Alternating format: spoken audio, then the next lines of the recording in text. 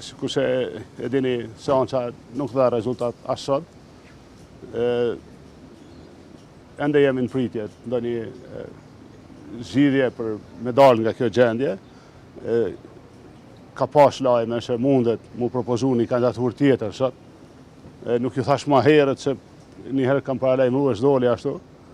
Do t'ishte shumë e rëndësi mu gjetë një kandidaturë unifikuese për kryetarët e kuvendit.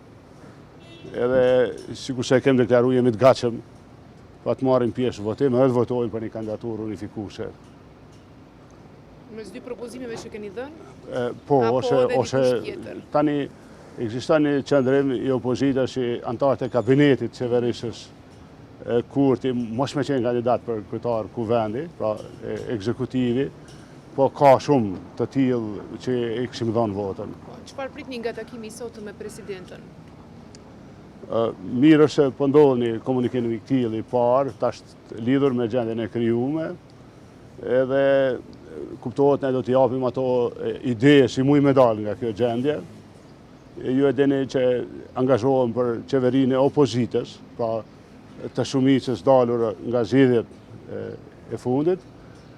Nëse gjendet një zgjidhje, një qeverie kalimtare, ashtu sikurse edhe ekziston një propozim, edhe atë e shërtojmë. Pra nuk jemi që të mbetet gjendja e bllokuar në pafund, sikurse jemi tani.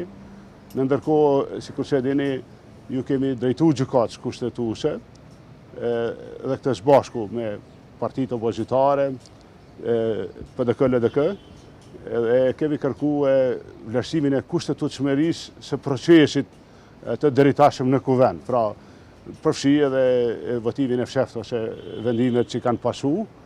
Ekziston, besoj, një bazë mirë që gjykata kushtetuese jo vetëm të zgjidhë ngërçin tash, por edhe të krijon një normë ose të nxjerrë një normë që do të ishte zgjidhje e përhershme, pra që të mos arrijmë në situata çfarë jemi tash. Ndëgjoj shumë debatin se kush po bllokon, edhe po bëhet përpjekje e madhe me shpallë fajtori, lutem, ai që e kandidon një kandidat, ai është përgjegjës për me gjetë votat. Edhe votat nuk merren me zor, me diktat, po merren me bashkëpunim, me kujdes, me një kandidaturë unifikuese. Edhe ende pra edhe sot, sikurse na u kish propozuar një kandidaturë unifikuese, ne kishim dhënë votën sot.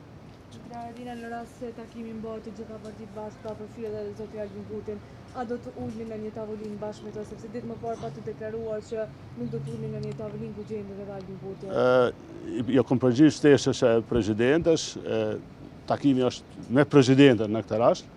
Unë nuk e vendosi kush mund me qenë tavolinë, pra nuk kam në një vrejtje këndo që ka ftuar presidentja. Kuptohet, qëndrimet e dini, pozicionimin tim e dini nuk ndryshon. Lutem.